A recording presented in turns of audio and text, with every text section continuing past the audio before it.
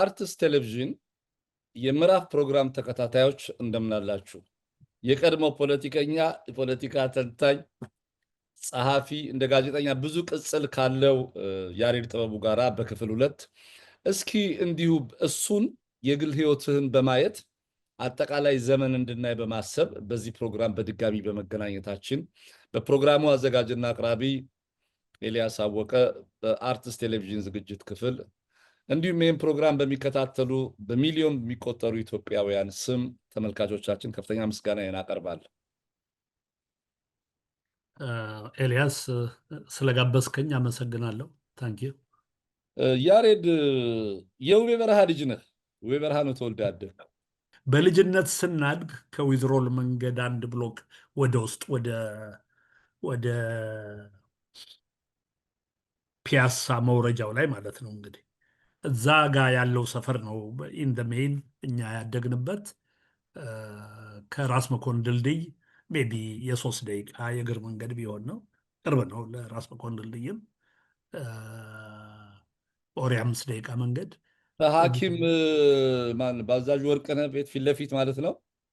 በዛ በኩል አክቹዋሊ የአዛዥ ወርቅነህ ቤት ከታች ሆኖ አሁን እኛ ተወልደን ያደግንበት የገደል አፋፍ ላይ ነው። አባታችን ከደብረ ሊባኖስ አካባቢ የመጣ ሰው ስለሆነ ዜጋመል ነው ሀገሩ እና ደጃችሁ ሰፈር መሃል ትልቅ ገደል ላይ ግራውንድ +1 ቤት ሰርቶ እዛ ነው ቤተሰብ የመሰረተው። ልጆች የመጀመሪያዎቻችንን 4 ልጆች የተወለድነው እዛ ነው።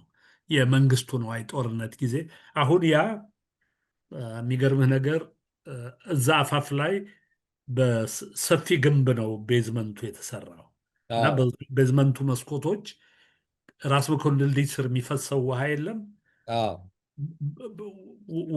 ወደ እሱ ነው የሚመለከቱት። አሁን ከራስ መኮንን ድልድይ ምንጭ ወደ ላይ ወደ አፍንጮ በር መሄጃው ጋር የፊናንስ ቢሮ ነበረ እና የክቡር ዘበኛ ፊናንስ ቢሮውን መቆጣጠር ፈልጎ ከፊናንስ ዘበኞች ጋር እየተታኮሰ ነበረ እና የወንዙን ተዳፋት ይዞ ጀርባው ወደኛ ቤት ነው የነበረው። ወደ እናንተ ቤት ነው። አባቴ ወንድሞቹን ሰብስቦ 3 ወንድሞች አሉት። ኤም1 ከክቡር ዘበኛ ማርከው ይዘዋል። የራሳቸው መውዜር ምናምን አላቸው። በዛ መስኮት ያንን የወንዙን ተዳፋት ይዞ ከእንትን ጋር የሚዋጋውን ክቡር ዘበኛ ከኋላ ያጠቁ ነበር። እንዳስለቀቁት እንትን እያረሱ የአይነት ሁኔታ ነበረ። ሰፈሩ ስናድግ የሚገርም ነው። የአቶ አየለ አትናሽ የቅዱስ ጊዮርጊስ መስራች ናቸው። ከሰፈራችን ሰው አንዱ ቤስ ካምፓኒ ይሰራሉ። ልጆቻቸው በስፖርት በጣም አንዷ ልጃቸው አስቴር አየለ የሚኒሊክ ሯጭ ጃቨሊን ወርዋሪ ምናምን የታወቀች የምታሸንፍ ምናምን ነበረች። ሌላው ልጃቸው አበበ አየለ እንደዚሁ ኋላ ኔቪ ጆይን አረገ። አሁን አበበ በምን ይታወቃል? ጠዋት 12 ሰዓት ላይ በየቤቱ እየዞረ ፊሽካ እየነፋ ለሩጫ ወጣቶች እንዲወጡ ያስተባብር ነበር።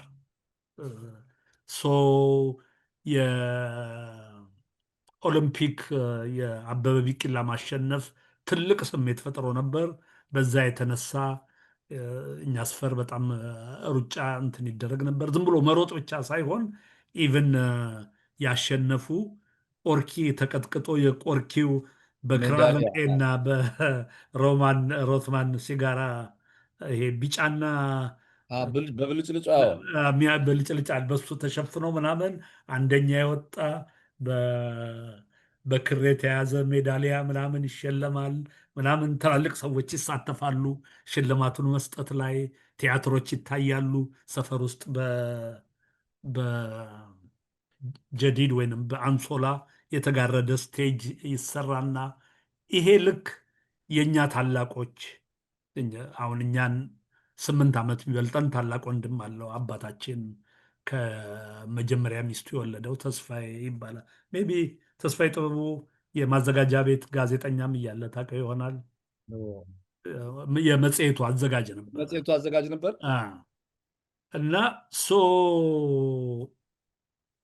እኛ እድሜ ላይ ሲደርስ አይዶን ነው ኋላ የተማሪው ንቅናቄም ተጽዕኖ አድርጎ እንደሆን አላቅም፣ ወይም እኛ ስናድግ ከኛ በታች ያሉት ልጆች ሌላ ፓሽን አገኙ አልቀጠለም እንጂ እሱን ያ ነው ልጠይቅ የፈለግኩት። ለምሳሌ አሁን አንተ ስታድግ የነበረው ነገር እንግዲህ ጆሊ ነበር ካሉ አፍሮ ዘናጭ የፒያሳ ልጅ እና ያን እንግዲህ ቻይና ግሩፕ አለ፣ መቅደላ፣ አልፋታ፣ ቄራ ግሩፕ ምናምን የሚባል አለ።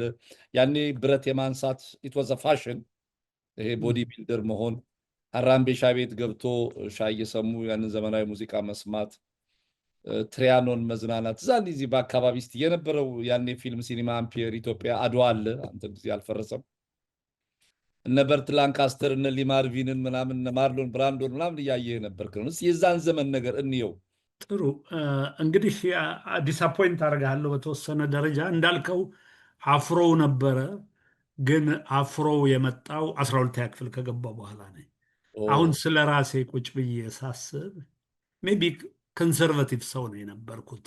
ለውጥ ለመቀበል ዝግመተኛ ልበለው። ተፈሪ መኮንን ስትገባ ከ9ኛ ክፍል ጀምሮ እንደዛ አይነት አልነበርክም? ተፈሪ መኮንን ከ7ኛ ክፍል ጀምሮ ነው የተማርኩት። ኦኬ። ግን ልጅ ነው የነበርኩት። ናት የእድሜ ልጅነት ግን ማለት ማትሪክ ስወስድ የ18 ዓመት ልጅ ነው የነበርኩት እንደ ማንኛውም። መጀመሪያ የተማርከው ራስ አበበ አረጋይ ትምህርት ቤት ነው? አዎ እስከ 6ኛ ራስ አበበ። ከዛ በኋላ በስንት ዓመተ ምህረት ነው ተፈሪ መኮንን 7ኛ ክፍል ጆይን ያደረከው? አይ ቲንክ እንግዲህ በ64 ግራጁዌት ለማድረግ 59 ነው የገባሁት ማለት ነው። 59 ነው የገባ። 7ኛ ክፍል 59 ገባው እና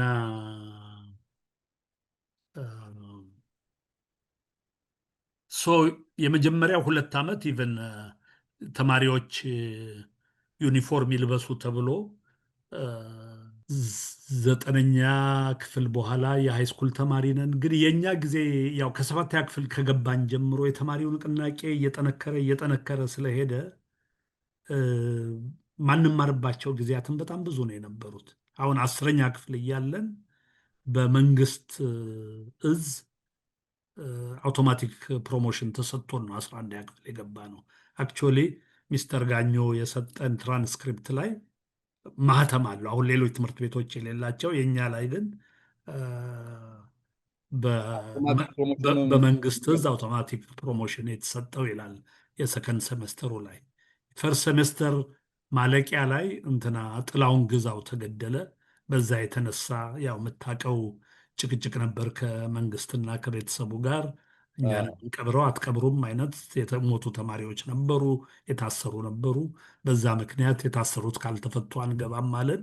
አመቱ ሙሉ ከታህሳስ እስከሚቀጥለው መስከረም ድረስ አልተማርንም እና በዛ ሁኔታ ውስጥ ነው የነበር ነው።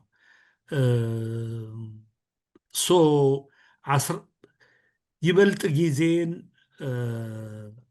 የብሪቲሽ ካውንስል ላይብረሪ ማሳለፍ ጀመርኩ ሃይስኩል ከገባው በኋላ። ያ ነበር። ግን ደግሞ ይሄ ትምህርት ቤት በሚዘጋበት ሰዓት እንደ ማንኛውም የሰፈር ልጅ ጨው ሜዳ ሄዶ እዛ ትሰሜ ጫካ ድብ ድብ መጫወት ምናምን ማድረግ የአይነት ነገሮችም እናደረግ ነበረ። ከዛ ሌላው ልጅነታችን ላይ በጣም ኢምፓክት ያደረገው አይ ቲንክ 5ኛ ክፍል ወይ እንደዚህ እያለሁ አጎታችን ሞተ። የአየር መንገድ ፐርሰር ነበረ። በጣም ዘናጭ ነው፣ መልከ መልካም ነው፣ ጉረኛ ነው ምናምን ሁሉ የእናታችን ታናሽ ወንድም ነው እና ይሄ ዘመናዊ ነገሮች ይወዳል። ሞኖፖሊ መጫወቻ አለው፣ የሸክላ ማጫወቻ አለው፣ በጣም ሰፊ ኮሌክሽን አለው የሙዚቃዎች እነዚህ የልጆች መጫወቻ የሚሆኑ የዳርት የምን ነገሮች ነበሩት እና እሱ ሲሞት ታናሽ ወንድሙ ተፈሪ ይባላል፣ አጎቴ ነው። ግን 10 ወር ነው የሚበልጠኝ በእድሜ። በክፍል ደግሞ በልጠዋለሁ በትምህርት። ትምህርት ቤት በተዘጋባቸው ዓመታት ብዙውን ጊዜ የምናሳልፈው አያታችን ቤት፣ እዛው እኛ ሰፈር ናቸው። ሰይጣን ለጋ ሲሆን ጠጅ ቤት ሲባል ታውቃለህ?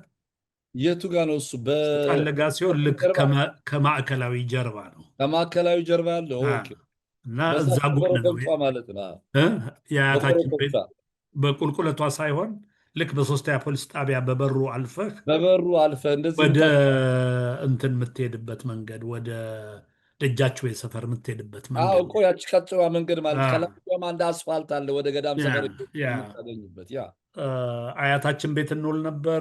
ተፈሪ እነዛን ሙዚቃዎቹን ምኖቹን አንድ ሰርቪስ ሩም ተሰጥቶን እዛ እንውላለን። የሰፈር ልጆች ይመጣሉ ምናምን እንደዛ እናሳልፍ ነበር በብዛት።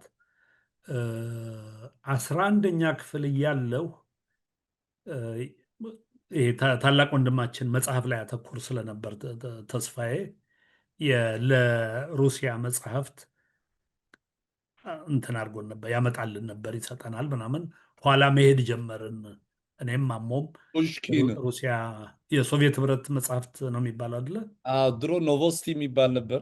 ከዛ ኦኬ። በፊት ደግሞ ፑሽኪን እዛ ማዕከል መሄድ ጀመርን፣ ፊልሞች ማየት ጀመርን፣ መጽሐፎች መዋስ ጀመርን አንብበን እና ሁለት ማስታውሰው ነገር አንዱ ታራስ ሼቭቼንኮ የሚባል ይህች አሁን ጦርነት ላይ ያለች ሀገር ማናት? ዩክሬን የዩክሬን ናሽናሊስት ነው ሼቭቼንኮ። ኢቨን የሚገርም ነገር በ1985 በፈረንጆቹ ዋሽንግተን ስመጣ ለሱ የተሰራ ሐውልት ዋሽንግተን ውስጥ 14ተኛው መንገድ ላይ አየሁን። ትዝ ይለኛል። ሜይ ቢ የዩክሬን ነዋሪዎች ወይ ስደተኞች ያሰሩለት ሊሆን ይችላል። እና የእሱ ናሽናሊስት የሆኑ ግጥሞች በጣም ይስቡኝ ነበር። ከዛ ሌላ ቪሊስላሲስ የሚባል የራሽያን ጸሐፊ ፊሸርመንስ ሰን የሚል ኖቭል ጽፎ ነበረ እና ያንን ኖቭል አትሊስት የመቶ ገጽ ደብተር ነበረ ድሮ ትዝ ይልሃል። ባለ መቶ ገጹ ደብተር 16 24 50 እና 100 ነበር። ባለ መቶ ገጹ ደብተር እስኪሞላ ድረስ ተርጉሜ ነበረ። ኋላ የት እንደጠፋ ምን እንደሆነ እና ሲሪየስሊ ኢንጌጅ ማድረግ የጀመርኩበት ነበር። 12ተኛ ክፍል ላይ ወንድሜ ሚኒሊክ አብረውት ከሚማሩ ገነ ግርማ ሲቢቲ እና አስናቀ እነ ምናምን የሚባሉ ልጆች ጋር ቤት ተከራይተው ነበር ሚኒሊክ ትምህርት ቤት አካባቢ እና ሂሳብ አብረን ማጥናት ጀመርን። ለማትሪክ መዘጋጀት እዛ መሄድ ጀመርኩ። ይበልጥ ጆሊ ለሆኑ ነገሮች ኤክስፖዝድ የሆንኩት በዛ ጊዜ ነው። ከነ ግርማ ከነ ማሞ ጋር አብሬ መዋል ሲጀምር ምናምን እንደዚህ ነገር። ተፈሪ መኮንን እያለህ እንግዲህ አብዛኛው ጓደኞችህ ውስጥ ከምታስታውሳቸው በኢህአፓ ውስጥ አብራችሁ የሰራችሁ ሜዳ አብራችሁ የነበራችሁ በኋላም ደግሞ አንተ ጥለህ ወጥተህ ከኢህአዴግ ጋር የነበሩ ምናምን የምታስታውሳቸው ልጆች አሉ? ተፈሪ መኮንን አዎ፣ ወደ ማርክሲዝም ብዙዎቻችንን እንትን የሳበን ዘውዱ ደስታ የሚባል የጌታቸው ማሩ ጎረቤት ነበር። ከጌታቸው ጋር በእድሜ ብዙ ይለያያሉ። ሜይ ቢ 6 7 ዓመት ይለያያሉ። ግን እንደ ጓደኛው ይዞት እንትን ያደርገዋል። ፒኪንግ ሪቪያስ ያስነብበዋል፣ መጽሐፍት ይሰጠዋል፣ ምናምን ይለዋል። ኋላ ዘውዱ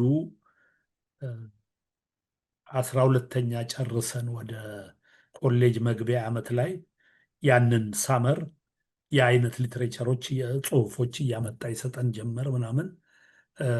ሌላው እንደዛ በዘውዱ ከተቀረቡ ልጆች አንዱ ኋላ የኦነግ አመራር ውስጥ የኦነግ መስራች ከሆኑት አንዱ አቦማ ምትኩ ነበር። የተፈሪ መኮንንም ጸሐፊ ነበር። የስቱደንት ዩኒየኑ ዋና ጸሐፊ ነበረ። ሌላው ቴዎድሮስ ይርጉ የሚባል በጣም ጆሊ የሀብታም ልጅ አባቱ የዲያባኮ ጥጥ ፋብሪካ ማኔጀር ነበሩ። አይ ቲንክ ኮሎኔል ይርጉ ይባላሉ ይርጉ ይመስለኛል። እንዳይላሉ የሚባሉ አዎ። እና እነሱን አስታውሳለሁ ንቅናቄ ውስጥ። ኋላ ደግሞ በድርጅት ስራ ኦባማ ምትኩ ማነው? አቦማ ምትኩ ኢህአፓ ነበር አይደል? ኢህአፓ ከመሆናችን በፊት ነው። ግን ያው ጌታቸው ይሄ አብዮት የሚባለውን ግሩፕ አቋቁሞ በዛ ግሩፕ ውስጥ ነው ቀጥታ ያን ጥናት የጀመርነው። እና አምሹር ሂደት ይኖረዋል የምትመለመልበት። ሶ ሞስት ፕሮባብሊ አቦማ ከመመልመሉ በፊት ሜይ ቢ ከኛ ጋር 3 4 ወር ነው የቆየው። ኮምፕሌን ማድረግ ጀመረ። የአርትስ የፍሬሽማን ባስኬትቦል ተጫዋችነት ስለተመረጥኩኝ እሱ ጊዜ ይወስድብኛል ምናምን እና ይሄን ነገር ማካሄድ አልችልም አለ። ኋላ ዘውዱ አጣርቶ ሲነግረን ከነ ሙሄ አብዶ ጋር ምናምን ከኦሮሞ ብሔርተኞች ጋር እንትን ማድረግ ጀምሯል። አዲስ ወዳጅነት ጀምሮ ነበር። ሶ አቦማ ወደ ኦሮሞ ብሔርተኝነት እየተሳበ ነው፣ ለዚህ ነው ምክንያት ያበዛው ምናምን የሚል እንትን ነበረን፣ አስተያየት ነበረን። በዛ ሁኔታም ነው ለኡዝዋ ጸሐፊነት የተመረጠው። እንደዛ አይነት ሁኔታ ውስጥ እያለም ነበረ ሁለተኛ ዓመት እያለ። እንግዲህ ያኔ ተፈሪ መኮንን እያለህ ጆሊዎች ናችሁ አይደል? እናንተ እንግዲህ ወደ ጆሊነቱ የምትሳቡ ነገር ከሆነ ያኔ ለምሳሌ ያኔ እኮ ፋሽን ነው። ማንም ሰው ቤልባተም ሱሪ ያደርጋል፣ ሻፊያ በጋዝ አሁን ጋር ሄዶ ያሳድጋል። ያስቆጣል ምናምን። ግን ስለ ራሴ የተረዳሁት ነገር አሁን በሀቅ ስናጋገር ማለቂያው ላይ ነው። ቤዚክሊ አይ ዶንት ቲንክ 12ኛ ክፍል ከመግባቴ በፊት ኢቭን አፍሮ የነበርኩም አይመስለኝ። ምናልባት 11ኛ ክፍል አይ ዶንት ኖ። ግን 11ኛ ክፍል ማስታውሰው ነገር ይበልጥ መጽሐፍ ላይ ትኩረት እንደነበረኝ እና ያ የትርጉም ስራ ራሱ 2-3 ወር እንደፈጀብኝ ነው። እና ኢቭን ትምህርት ላይ ኢምፓክት አደረገ። የተሻለ ተማሪ ሆንኩኝ። ያንን ሳመር እንደዛ ማሳለፍ ነገር አይደለም። የውጤትም ለውጥ መጣ። የምታስታውሳቸው ሴት ተማሪዎች የነበሩ ያው እንግዲህ እናንተ ሰፈር ለናዝሬት ስኩልም ቅርብ ነው፣ ለእቴጌ መነንም ቅርብ ነው፣ ተፈሪ መኮንንም ያው እዛ ነበርክ እና የምታስታውሳቸው በእናንተ ዘመን የነበሩ ወያንተ በእኛ ዘመን ጓደኛ ገልፍሬንዶች ፖለቲካ ውስጥ የነበሩ የሚታወሱ ሴቶች አሉ?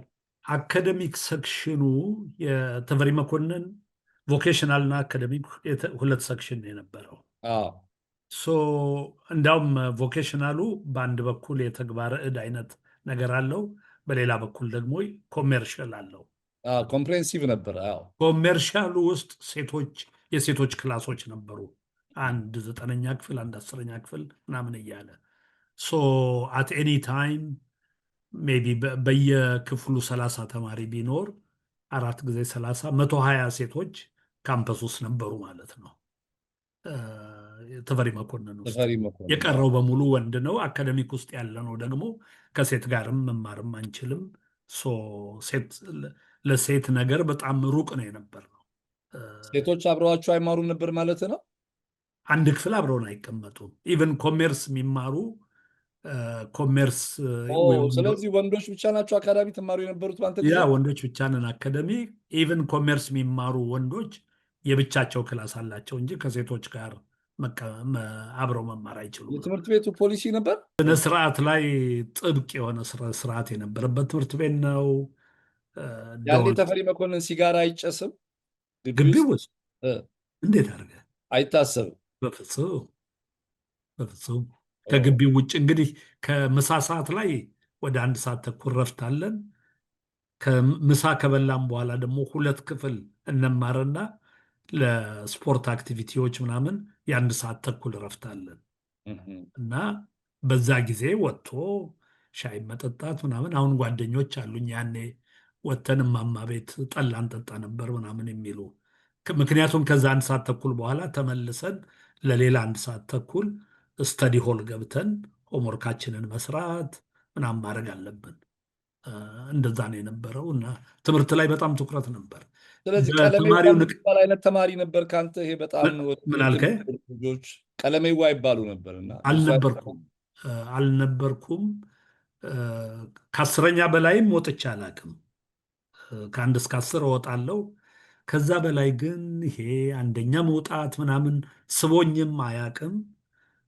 12 እስክደርስ ድረስ አንዴ ነው በህይወቴ አንደኛ ወጣሁት፣ 5ኛ ክፍል እያለሁ እና ደብል ፕሮሞት ተደረግኩኝ። እንትን ላይ ገና ላይ ከ5ኛ ወደ 6ኛ ክፍል እንድዛወር ተደረገ። አንደኛ ስለወጣሁ ምናምን። ግን ምን ተማርኩኝ? ያላጠናሁ ጊዜ ነው አንደኛ ወጣሁት። የአክስቴ ሰርግ ነበር። እሑድ ዕለት ሚዜ ሆኜ የልጅ ሚዜ ድሮ ከረባ እንትን ሚዝ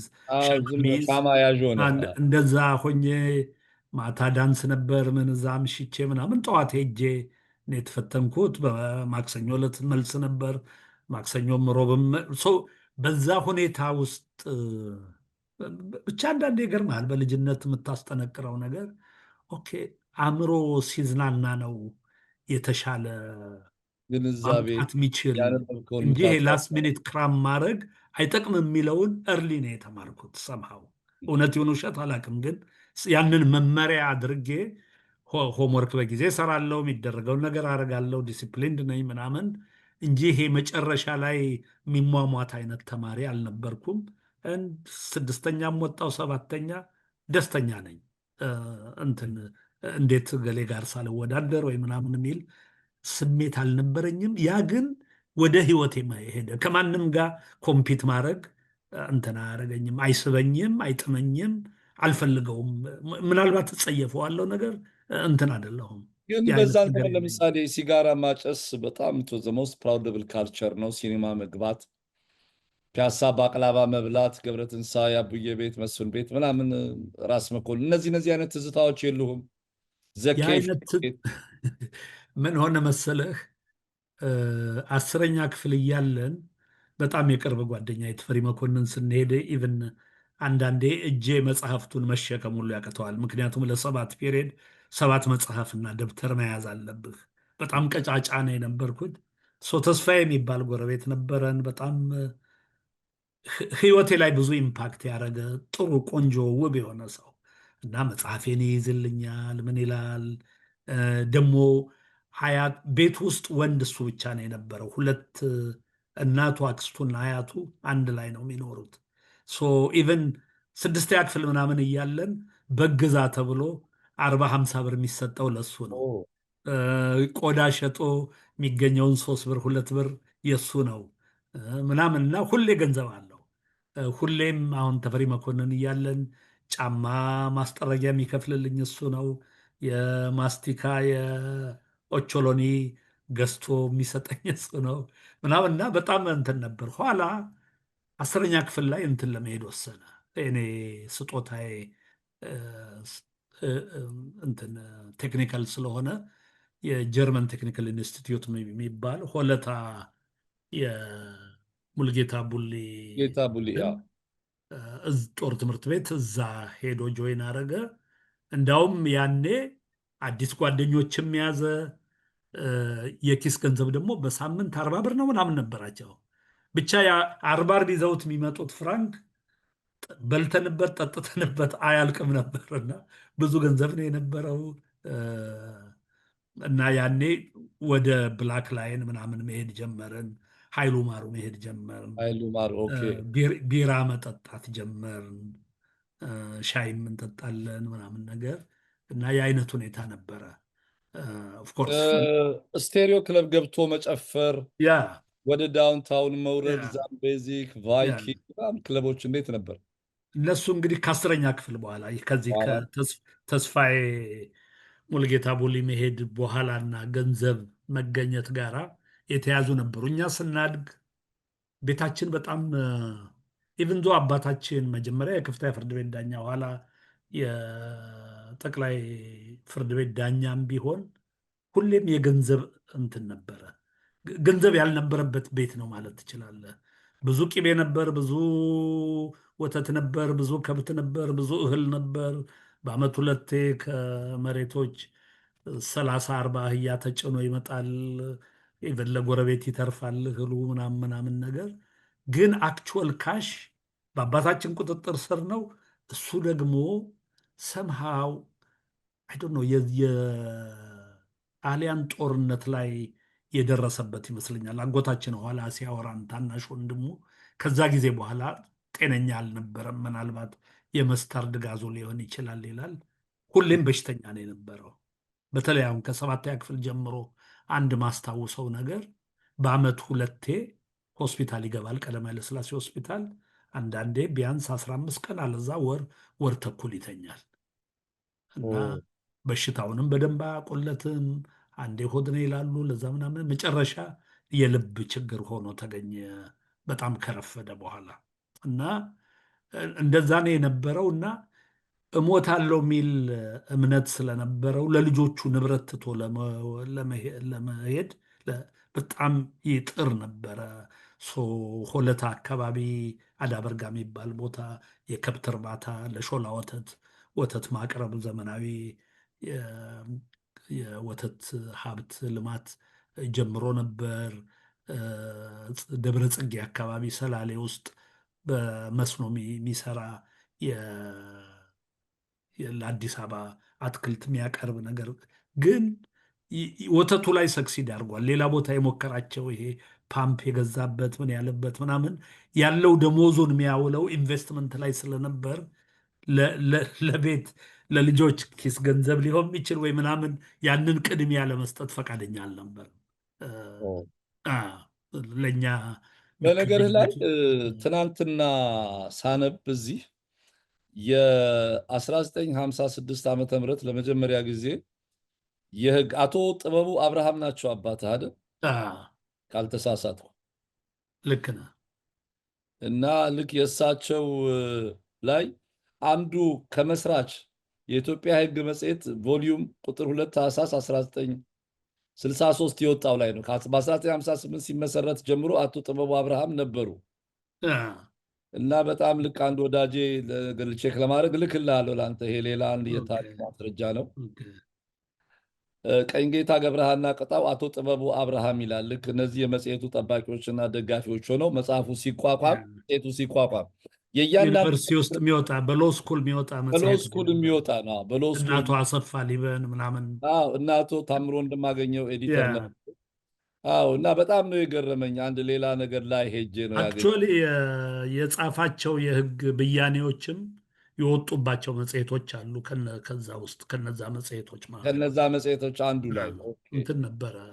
አክቹዋሊ ከአባቴ ጋር አንዱ ያለኝ ትዝታ በተለይ እነዛ ትምህርት ቤት በሚዘጋባቸው በነበሩት ወራት ማታ ማታ ፎር ሰም ሪዝን ከትምህርት ቤት ነው ከስራ መጥቶ መጀመሪያ የጽጌረዳ ጋርደን አለን ቤት ሰፊ እና እሱን መኮትኮት ውሃ ማጠጣት ምናምን ላይ ሁላችንም እንድንሳተፍ ያደርገናል። አካፍሎ ሰጥቶናል ምናምን ነገር እዛ ላይ ይሳተፍና አንድ ሰዓት ያህል ከዛ በኋላ መኝታ ቤቱ ይገባል። አልጋ ላይ ነው የሚያርፈው። ብዙ ጊዜ ብርድ አለው የኛ ሰፈር ከንጦጦ የሚመጣ ብርድ። ከሰል ይኖራል መኝታ ቤት መሃል እና እዛ ከሰል ካደግን እንኳን ሳይሆን ልጆች እያለን እዛ ከሰል ዙሪያ ቁጭ እንላለን። መጽሐፍት አንብቡልኝ ይላል። ተራ በተራ እናነባለን። እንደዚህ አይነት ህይወት ነበረን። ኋላ ቴሌቪዥን መጣ። ቴሌቪዥን ለያየን ከአባታችን ጋር። እኛ እንግዳ ቤት ቴሌቪዥን እናያለን። እሱ አንድም ቀን አብሮን ቴሌቪዥን ማየት አስቦም ፈልጎም አያውቅም። እንደ ጥሩ ኢንፍሉወንስም አያየውም። ልክ 11 ላይ ቴሌቪዥን ሲያልቅ ከማታ 5 ሰዓት እኛ ወደ መኝታችን ስንሄድ ያኔ ነው ከመኝታው ተነስቶ ሄዶ እንግዳ ቤት የላይብረሪ ነበረው። ግን ላይብረሪው ትልቁ ወንድማችን መኝታ ቤት ስለተደረገ ሊጠቀምበት አልቻለም፣ በረንዳው ጋር ያለው ክፍል። ስለዚህ እንግዳ ቤት የምግብ ጠረጴዛ ላይ ነው የፍርድ ስራዎቹን የሚሰራው እና የውሳኔ ምናምን የሚያደርግባቸው ሌሊቶች እና አብረኸኝ ቁጭ በል እባላለሁ። ከአባቴ በስተቀኝ ይቀመጥና እሱ ይሄ እንደ እንግሊዘኛው የተቀጣጠለ የብዕር ጽሁፍ በብዕር ነው የሚጻፈው። የብዕር ጽሁፍ በፍጥነት ይጽፋል። ያሱ የጻፈውን እኔ ደግሞ ለታይፒስት በሚሆን በሸፋፋ እጅ ጽሁፌ እየለቀምኩ እገለብጣለሁ።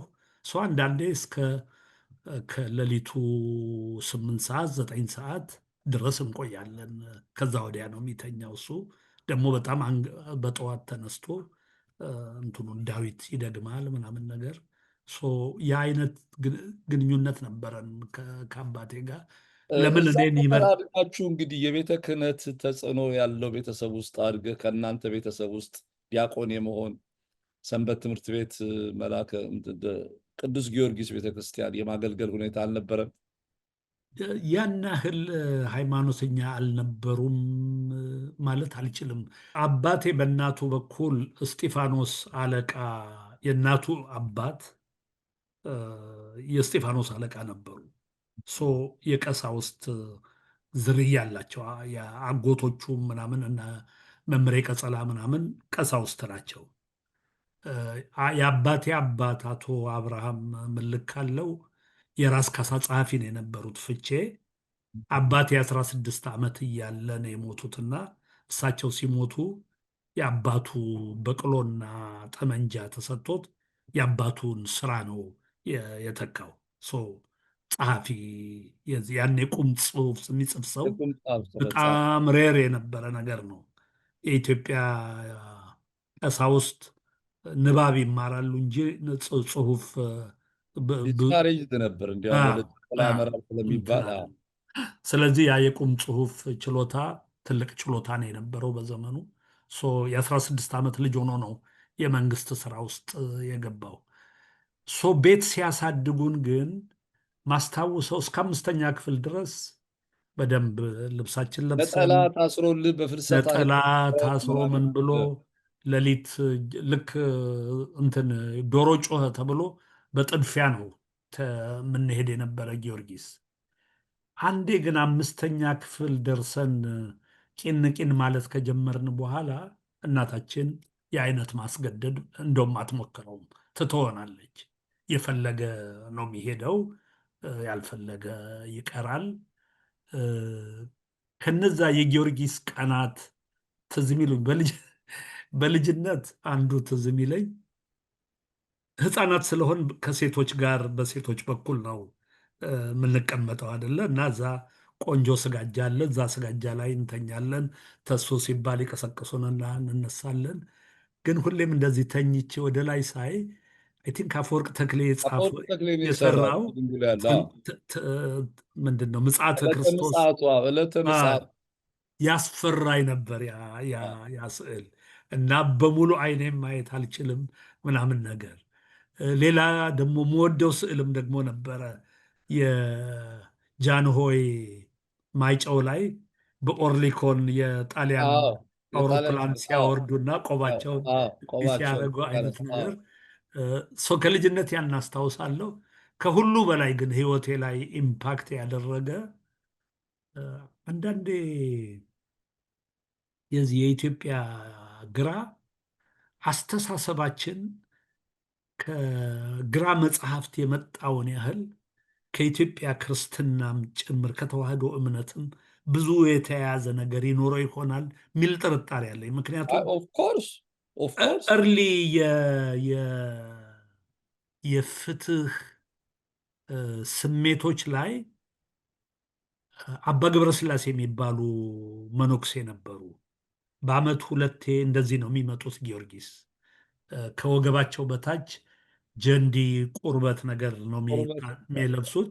ከላይ የብረት ካቴና እንደዚህ ክሮስ አድርገው ያደርጋሉ እና ለአጭር ጊዜ ነው የሚያስተምሩት። ፖሊሶች እስኪመጡ ድረስ ሜይ ቢ ለ20 ደቂቃ ወይ ግማሽ ሰዓት ነው የሚያስተምሩት እና እዛ እንትኑ ላይ ደረጃው ላይ ቆመው ለዚህ የማይረባ ነገ አፈር ለሚሆን ስጋ ብላችሁ እኮ ነው በማይገባችሁ ጭቆና ውስጥ የምትኖሩት፣ እንደ ውሻ ገዢዎቻችሁ ምናምን የሚያደርጓችሁ ምናምን እያሉ በዛ ሰንሰለት ጀርባቸውን ይገርፋሉ፣ ይደማሉ።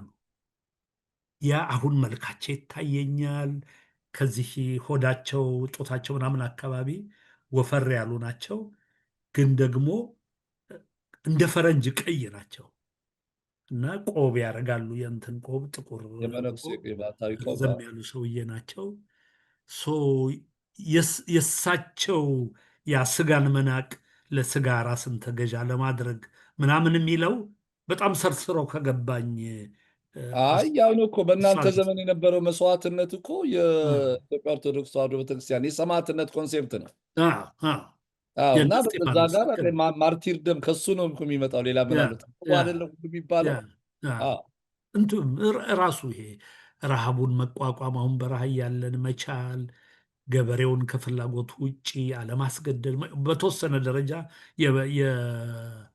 የማኦ ጽሁፎች ውስጥም አሉ ተመሳሳይ ነገሮች። ከዛም የቀዳ ነው አለ። ግን ውስጥ ያለ ነገር ነው ማዘን፣ ትህትና፣ ለሌላ ሰው ማድረግ፣ ለእኔ ያለ ማለት ዓለም ላይ ካሉ ሀሳቦች ለሶሻሊዝም ቅርብ የኢየሱስ አስተምህሮ እንደሆነ ነው የሚሰማኝ በብዙ አይ መልኩ። ያው ክርስትና አለ በድሃ አሁን ማዘን እ? ግለ ሂስና ሂስን ስትመለከት አለ። አሁን በኦርቶዶክስ እምነት አለ ራሱን የሚከስሰው ንዑድ ክቡር ነው ይባላል። ፈጣሪውን እውነተኛ ያደርጋል ይባላል። ያው በእናንተም ትራዲሽን ሰው ግለ ሂስ ካደረገ ራሱን ከሄሰ ምንም ነገር አይባልም፣ ቅቡል ነው የሚሆነው። ጨረሰ። ከዛ እንዲያውም ይቅርታውም ሂሱም ጠባሳ የለውም ነው የሚባለው። ብዙ ነገር አለው አክቹዋሊ ክርስትና እና ሁልጊዜ የሚገርመኝ ይሄ ነው እንግዲህ ያኔ የእናንተ ትውልድ ቀዩን ምንጣፍ ከስር ወሰደውና ከባህሉ ጋር መነቀሉ ነገር ነው እንጂ በውስጥ የነበረው የራሱ ነገር ነበረው። በጣም ብዙ ሊያሳይ የሚችል ሌላ። አንተ የፒያሳ ልጅ ነህ። እኔ በጣም ከአንተ ብዙ ነገር መጫወት አስቤ ነበረው። አሁን ስቴሪዮ ክለብ በጭፈራ ገብረትንሳኤ ባቅላባ ቤት፣ ዘኬቭ፣ ኤሊ ስቶር፣ አድዋ እነሱ በሙሉ እንግዲህ ማለት አድዋ ገና ከሰባተኛ ክፍል ጀምሮም ያቀድም ካልኩ ጓደኛ ከተስፋዬ ጋር ፊልምም ያስጀመረኝ እሱ ነው። ከትምህርት ቤት ቦይኮት እንትን አድርገን ስኪፕ አድርገን ሄደን ፊልም እንድናይ መርካቶ የነበረ አዲስ ዓለም የሚባል አዲስ ሲኒማ ከተማ ቤት አዲስ ሲኒማ ከተማ አዲስ ከተማ ነበር። አዲስ ከተማ ወስዶኝ እዛ ነው መጀመሪያ ፊልም ያየሁት። ከዛ በኋላ በየጊዜውም ሲኒማ ኢትዮጵያም እንሄዳለን፣ ኢምፓየርም እንገባለን፣ አድዋም እንሄዳለን። ተስፋዬ ሲጋብዝ ወሰን የለ ቤት አትገቡም ነበር? ወሰን የለ ቤት ፓስተል ፉርኖ እንበላለን። ፓስታ ሌላ ለፉርኖ ፓስተል በጣም ፉርኖ እንበላለን። በኋላ ላይ የዚህ እንትና ጎን ሲኒማ ኢምፓየር ጎን ፎቁ ላይ ዲስኮ ነበር የሚባል የሆነ እንደ ካፌም ነው እንደ እነ ማይክል አማን ይጫወቱ ነበር። እንዲ አሪፍ ነው። በናሬታ ፍራንክሊን ዘፈኖች መደነስ ምናምን የጀመርነው ያኔ ነው እንግዲህ አይ ቲንክ እሱ ግን ሞስት ፕሮባብሊ 11ኛ ክፍል አካባቢ ወይም 12 አስታውሳቸዋለህ። ያኔ እነ ቤቲ ስዋንን፣ ማርቪን ጌይን፣ ዳያና ሮዝን የእኛ ዘፈን እንግዲህ ሊሚትድ የነበረው አጎታችን በአውሮፕላን ላይ ተመቶ አውሮፕላኑ ከመሞቱ በፊት የሰበሰባቸው ሸክላዎች ናቸው። ከዛ በኋላ ከየሙዚቃው ቤቱ ምን ያህል አጎታችን እየገዛ እንደጨመረ አላውቅም፣ ግን በጣም ከምናዘወትራቸው ነገሮች የማይክል ጃክሰን ልጅ እያለ በህፃንነቱ ጃክሰን ፋይፍ እያለ ጃክሰን ፋይፍ የተጫወቷቸው ጽሁፎች የቴምፕቴሽንስ፣ ማርቪን ጌይ እነዚህ እና አሬታ ፍራንክሊን። ሊስነርስ ቾይስ ትከታተል ነበር? ቮይስ ኦፍ ጎስፕል ላይ ማንን? ሊስነርስ ቾይስ የሚል ፕሮግራም ነበር። ያ ሊስነርስ ቾይስ ነው። ኋላ እንደውም ኮሌጅ እያለን ኮሌጅ ከመግባታችን ታምራት ሳሙኤልን ታስታውሰዋለህ? አዘጋጅ የነበረ የሱ ማሳሙኤል ተማሪ የነበረ ታምራት ሳሙኤል አላስታወስም። እና ቮይስ ኦፍ ጎስፕል የእንግሊዝኛ ውስጥ የሚሰራ ጓደኛ ነበረኝ፣ ታደሰ አደራ ይባላል። ኋላ እዚህ አሜሪካ መጥቶ የኢንግሊሽ ሊትሬቸር ፕሮፌሰር ሆኖ ነበረ። ሚዚየም ነበር ሳገባ የዘፈን ምርጫ ፕሮግራም ነበር ያኔ። እንግዲህ ዘ ሲክስቲስ እነ ጂሚ ክሊፍ ነበሩ፣ እነ ቤሪ ዋይት ነበሩ እና አይዛክ ሄዝ ነበሩ። ፊልም ደግሞ ያው ነው ህንድ አልቅሰሃል ገብተህ ያኔ አክቹዋሊ አይዛክ ሄይስን ማስታውሰው ከኒውዮርክ ወጣ ብሎ የነበረ አንድ ትልቅ የሙዚቃ ድግስ ነበረ። በዛ ላይ የተመሰረተ ሙቪ መጥቶ አዲስ አበባ ያንን እንደ ሙቪ አይተን ነበር። የአይዛክ ሄይስ እንትን ረጅም ስታንድ አኪውዝድ ነው የሚል ዘፈኖች ነው ማስታውሰው። ያን ሙዚቃውን አስታውሳለሁ። አይዛክ ሄዝ አለ፣ ስቲቪ ወንደር ነበር ያኔ። እንግዲህ 12ኛ ከደረስን በኋላ ምን ይሆናል መሰለህ፣ ያው አብዛኛው የሰፈር ልጅ አብረውን በእኛ እድሜ የነበሩት ብዙ ልጆች ወደቁ እና ወደ ኮሌጅ አልገቡም። ስለዚህ መዋያ ቤት ራስ መኮንን ድልድይ ጋር አንድ ወደ ላይ ወደ ጊዮርጊስ የሚወስድ መንገድ አለ አይደል? የአቶ የደነቃቸው ቤት ያለበት ከሱ ቀጥሎ ያለው ኮረኮንች መንገድ ጋር 2 ክፍል ቤት ተከራዩ እነዛ የሰፈር ጓደኞቻችን። እና እዛ ቤት ውስጥ ቀኑን ሙሉ ሙዚቃ አለ። እኔ ያኔ ኮሌጅ ነበርኩ እንግዲህ 65 ዓመተ ምህረት ማለት ነው። እና ሲመቸኝ ሲመቸኝ ነው የምመጣው። ቋሚ አባል አልነበርኩም የጌቶ ግን እ፣ ትርፍ ጊዜ ካገኘሁ መጥቼ እንትን እላለሁ፣ እሳተፋለሁ፣ ምናምን እላለሁ። እንደዛ ነው። አንተ ግን ቀዝቃዛ የፒያሳ ልጅ ነህ የምር። አሁን ልክ በጣም ቀዝቃዛ ነህ። ያ ምክንያቱም ያ አይወዝ አዎ አይወዝ በቃ ሪሊ ልክ አሁን ኢቨን የፒያሳ እንትኔ ከውጭ ያለኝ ጆሊ የሚመስለው አዎ እኔ ልክ የ- አሁን የ- በጣም አስቤ የነበረው እንዲያውም ይሄን ፕሮግራም የውጭው እንትንና የውስጥ ዲሲፕሊኔ ይለያያል። አሁን ይጋጫል እንጂ እንዴ። ዩኒቨርሲቲ ገብተንም አንዱ ትልቁ ችግር የነበረው የተማሪው ንቅናቄ ስብሰባዎች ይካሄዳሉ። ግን ስብሰባዎች ከመካሄዳቸው በፊት የስብሰባውን አካሄድ፣ ሞሽኑን፣ የሚተላለፈውን ውሳኔ ማን እንደሚያነብ ምናምን አስቀድሞ በሚደረግ ውይይት ነው የሚወሰነው። ያ የኢንትረስትድ ግሩፕ ሚቲንግ ይባላል። ያ ኢንትረስት ግሩፕ ሚቲንግ አንደርግራውንድ የሚደረግ ነው እና የሚካሄድበት ቦታ ምናምኑ ከጊዜ ጊዜ እዛው ኮሌጅ ውስጥ ነው። አብዛኛውን ጊዜ የበዕደ ማርያም ትምህርት ቤት ክፍሎች ውስጥ ነገር ነው የሚካሄደው። ለምን እዛ እንደሚደረግ አላውቅም። ወይም ኢቨን ሎ ስኩልም ሊሆን ይችላል። እና አሁን እኛ በድርጅት ነው የሚነገረን፣ ሂዱ ተሳተፉ፣ አብዮት ድርጅት ማለት ነው። በአብዮታ እንዲህ አይነት ነገር ፕሮሞት አድርጉ ወይ ምናምን እንባላለን። ወይም ተወያይተንበት ምን አይነት ነገር ብናደርግ ጥሩ ብለን ወስነን አይነት ነገር ነው የምንሄደው። አሁን እዛ ስንሄድ ካምፐስ ውስጥ ሲያዩን እኔም አቦማም ማነው ቴዎድሮስም ሌሎችም ልጆች እንትነን ይሄ ሱፍ ኮት ምናዘወትር አፍሮ ገርል ፍሬንድ ያለን ምናምን እንዲህ አይነት ነን በውጫዊ እንትናችን እና በፍጹም አብዮት ውስጥ ይሳተፋሉ ብለው ሊገምቱን አይችሉም። ለአብዮት ደግሞ ያ በጣም ኢሰንሽል የሆነ የዲሲፕሊን አካል ነው። ራስህን አዲስ ሀሳብ ይዣለሁ ብለህ ውጫዊ ማንነትህን መቀየር አይፈቀድም። አዎ እና ያኔ ያም እኮ ልክ ነው። ከዋክብት እና ነበር። እነዚህ ጆሊዎች ምን ሊሰሩ መጡ ምናምን ምናምን ይላሉ አንዳንዶቹ ተነስተው። ግን ተዋቼ ይባላል እና አዎ እንቀጥላለን። የገረመኝ ምን መሰለህ፣ ድፍን ፒያሳ ሆነህ እንደ ፒያሳ አይደለም ያደግከው። በጣም ይገርማል። አሁን ፒያሳ ያደገ ልጅ በጣም ኮመን ከረንሲ ያለው አይደል? አሁን ለምሳሌ የምንያቸው ፊልም ብዛት ያኔ እነ ማዘሪ እንዲያ እነ ወቅት እነ ምናምንን የሄደ አርግ ያለው በሙሉ ሰዓት እግር ለማየት ወጥቻለሁ። ፒያሳ ተያይዘን እንዲህ ተቃቅፈን ከፒያሳ ጀምረን በአራት ኪሎ በመስቀል አደባባይ ዞረን በምናምን እንመጣ ነበር። ያን ሁሉ አድርገናል እኮ። እነ መለስ ጋራ በምትገናኙበት ነገር ያኔ መለስ እንደዚህ አይነት ኤክስፖዠር ነበረው? እናንተን ይከተል ነበር እንደ ከተማ ልጅነት? ዩኒቨርሲቲ ውስጥ ፖለቲካ ውስጥ ከገባ ነው መለስን ማቀው እንጂ ዊንጌት እያለ እንደዚህ እውቀት የለኝም። የዊንጌት ጓደኝ በዩኒቨርሲቲ ቆይታችሁ ሁለታችሁ 64 ነው የገባችሁት አይደል? 65 65 አዎ 64 12 ማትሪክ ተፈተናችሁ ያ ማለት ነው። ያ እና እሱ ሳይንስ ነበር።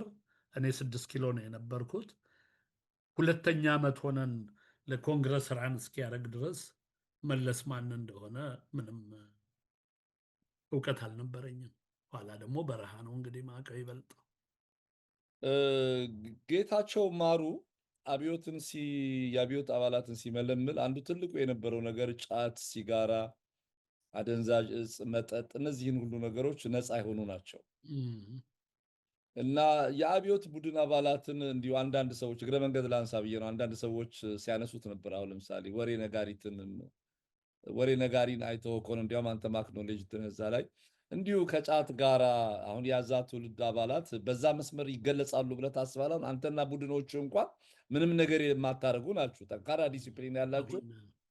አብዮት ውስጥ በስራም የተለያዩ ህዋሶች አጋጥመውኛል። ኋላ አንዳቸውም ጫት የሚቅም ሰው አላቅም። ኢቭን ሲጋራ የሚያጨስ አይዳውት። ኦኬ ሲጋራ የሚያጨሱ ነበሩ። አሁን ኢኮኖሚክስ ዲፓርትመንት ሄድ ሆኖ የነበረው ኋላ መኮንን ያጨስ ነበር። ታደሰ አደራ የሚያጨስ ነበር። ግን ከዛ ያለፈ ይሄ ሌላ አይነት ፍላጎት ምናምን አልነበረም። እኔ እ፣ ጫት የሚቅሙ ሰዎች ጋር አብሬ አድራለሁ። አሁን ከነ ገነነው ጋር ከነ ዳዊት ዮሐንስ ጋር ምናምን እንደዚህ። ግን ሌሊቱም ሙሉ ሻይ ጠጣለሁ እንጂ እንደው ምን ይላል ይሄ ጫት የምትሉት ነገር ብዬ ኪውሪየስ ሆኜ እንኳን አንድ ጊዜ ለመሞከር እንኳን እንትን ኦ ብያለሁ። አልሞከርክም? ጭራሽ አይነቨር አፍ አልገባም? ሲጋራና ጫት ሞክሬም አላውቅም። አ፣ አንዱ አዳር ጫት ማምነው ሲቅሙ አይ ቲንክ ዳዊት ዮሐንስና እነ ገነነ ምን ሰራላችሁ? ማንበብ አሁን ማርክሲዝም እናነባለን፣ እንከራከራለን። ወርቅነህ ቸርነት ይጠረጥራል ኢህአፓ ነው ብሎ ሪዲኩል ያደርገኛል በአክሰንቴም ምናምን ነገር እንደዚህ። ግን ምንም የቅርብ ጓደኞች የነበሩ ዳዊትና ገነነ እና እነሱ እንዴት ወደ ኢኮፓ በዳዊት በኩል ወይ ወደ ቀይ ባንዲራ አልተሳብክም?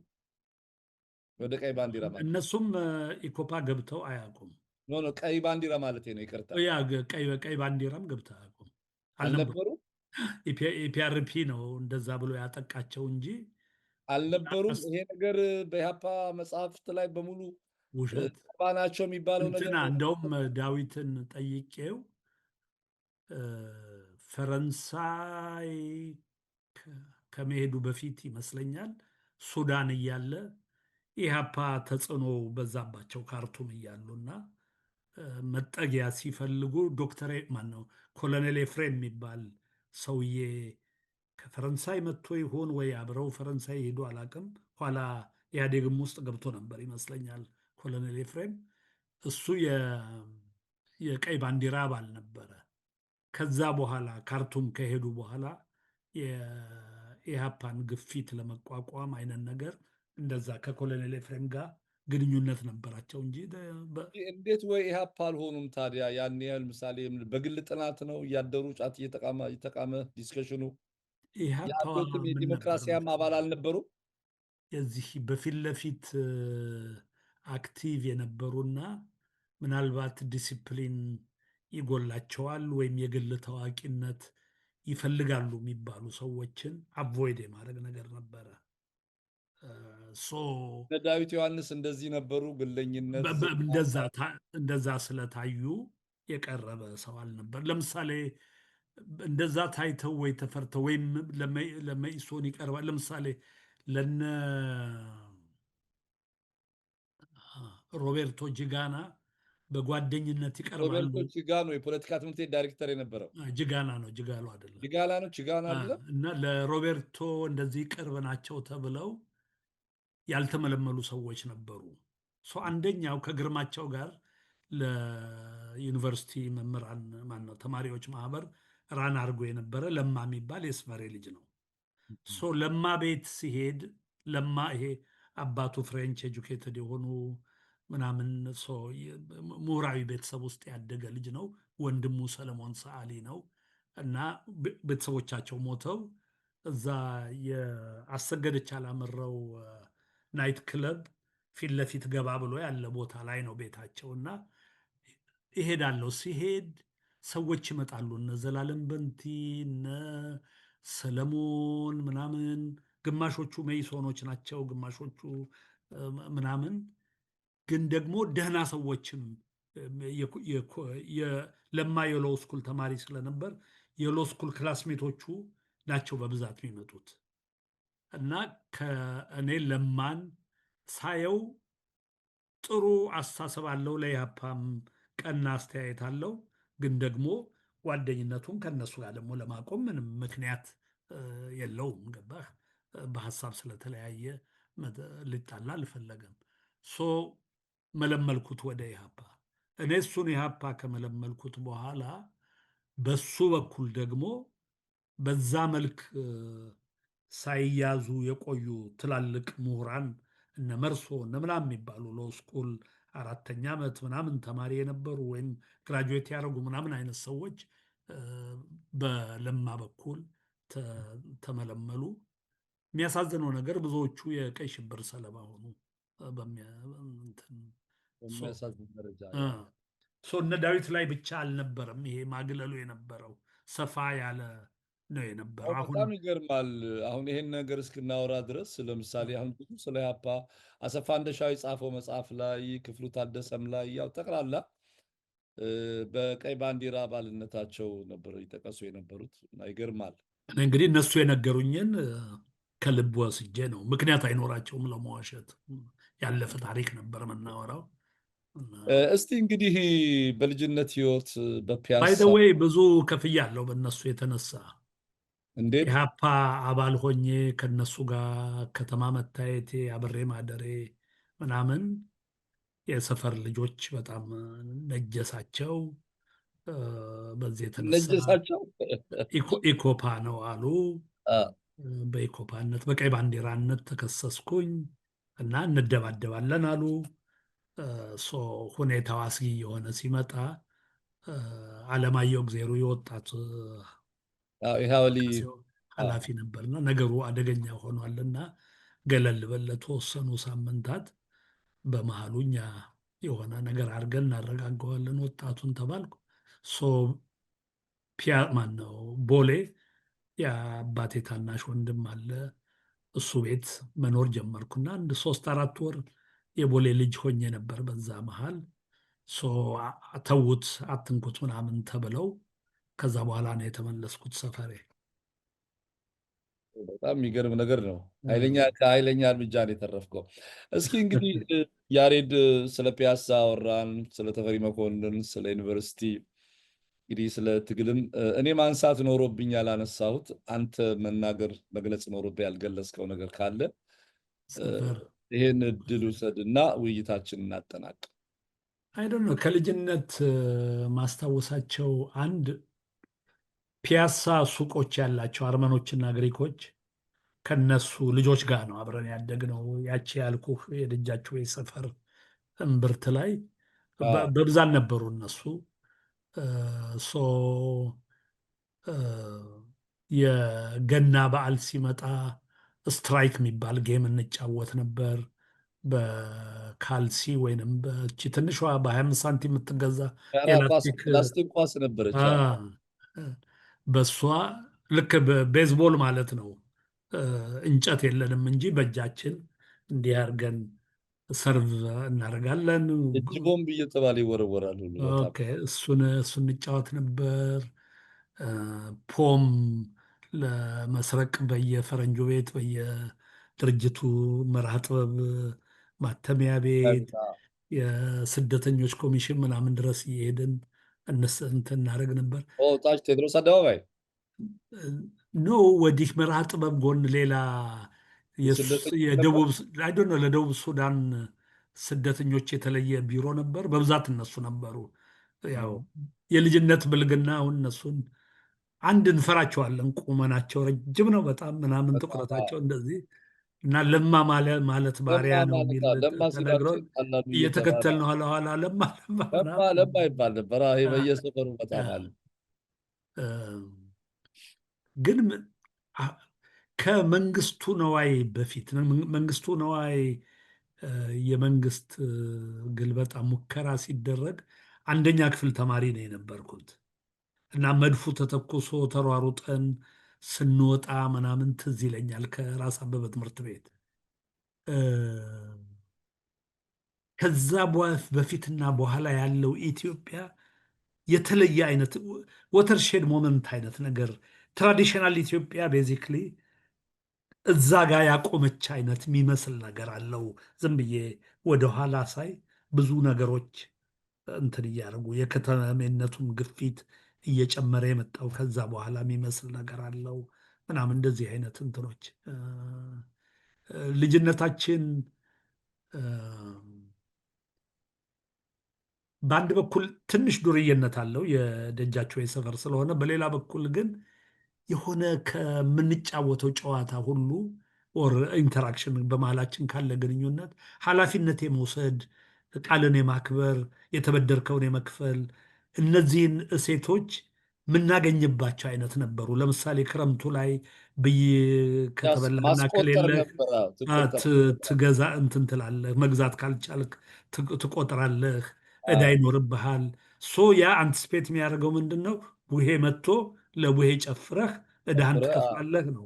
ዕዳህን አለማክፈል በፍጹም አክሰፕተብል ቢሄቪየር አይደለም። አይደለም። አብሶሉት አበዳሪም ያበድርሃል፣ አንተም ኢቭን በዛ ብዙ ገንዘብ አስቆጥራለህ፣ የሚያገኙ አይነት ያስቆጥራል፣ ትሰጠዋለህ። ያ እና በትረስት ላይ የሆነ ያለ ውብ ነገር ነበረው ልጅነታችን። ኋላ ግን በነበሩት ልጆች የቀጠለ አይመስለኝም። ለምን እንደሆነ አልቀጠለም። እንደ አላውቅም። ደርግ መጣና ራዲካል ለውጥ ኧረ መጣ። ከዚህ ኢቭን ከደርግም በፊት ነው የምልህ፣ ከደርግም በፊት ምክንያቱም አሁን ይሄ ቅድም ከኦሎምፒክ ሩጫ ጋር ሰፈር ሩጫ ምናምን ያልኩህ በእኛ ጊዜ ለምሳሌ ታላላቅ ወንድሞቻችን ያካሄዱትን አይነት አልነበረም። በእኛ ጊዜ ቶሎ ነው የተለወጠው። እንደዚህ እያለ ያው ዘመን ነው በቃ የርክክብ በጣም ነገር አለው። ያ ያሬድ አሁን ስንት ዓመት ሆነ?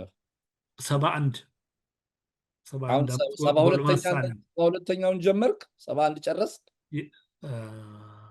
ነው 71ኛው ላይ ነኝ። አሁን ኤፕሪል ላይ ጀምሬ 71 ነኝ። 71 ገና ነው። 6 ወር አልሞላም እንዴ? 6 ወር ከሞላ ወደሚቀጥለው ራውንዲንግ ኦፍ ነው እንሸጋገራለን። የምትሸጋገረው። በጣም ጥሩ ነው። እንግዲህ ያሬድ ጥበቡ በጣም ውድ ጊዜን ሰውተ ጥሩ ኢንትረስቲንግ ነገሮች ነው የተጫወት ነው። ያው ይሄ በነበርክበት ጊዜ የነበሩትን የከተማ አስተሳሰብ፣ ሶሲዮሎጂካል ኢማጂኔሽን፣ ሶሻል ላይፍ ምን ይመስል እንደነበር በነበሩት ሁኔታ ላይ አንድ ነገር ያሳያል። እንዲህ አይነት ፕሮግራሞችን መስራት እንፈልገው ወጣቶች ያንን ዘመን ከኖረው ሰው መስማትና ስለዛ ዘመን ተጽፎ ከሚነበበው ነገር ጋር ልዩነት አለ። በጣም በእርግጠኛ ነኝ አሁን ይህን ፕሮግራም እንግዲህ ስለ ሌት አፈ ጉባኤ ዶክተር ማን ነው ዳዊት ዮሐንስ እና ገነና አሰፋ የአቶ በረከት ኤዲሲ ተብሎ የሚጠሩ በጣም ብዙ ጊዜ መግለጫ የሚሰጡ ነበሩ። በኮሚኒኬሽን ጉዳዮች ውስጥ ነበር። በእነሱ ላይ የነበረው ነገር እንግዲህ ኢህአፓ ፋብሪኬት ያደረገው ነገር ከሆነ እንግዲህ የተዛቡ ታሪኮችን ወደፊት የሚጽፉ ሰዎች ይሄን እያጠሩት ይሄዳሉ ብዬ አስባለሁ። በድጋሚ እንግዲህ በጣም ብዙ 70 ዓመቶች እንድትኖር እየተመኘው ህይወት ታሪክን ትጽፋለህ ብዬ አስባለሁ። አሁን ይሄንን እንደዚህ አይነት ሚሟር በጣም ጥሩ ነው፣ መጻፍ አለብህ። መልካሙን እየተመኘው በድጋሚ በፕሮግራም አዘጋጅና አቅራቢ ኤልያስ አወቀ በአርትስ ቴሌቪዥን ዝግጅት እንዲሁም እነዛን ማረሳቸው ሚሊዮን ተመልካቾቻችን አንተንም ጭምር የሚያዩ ስም ከፍተኛ ምስጋና አቀርባለሁ። ኤልያስ፣ እኔም በጣም አመሰግናለሁ። ታንኪዩ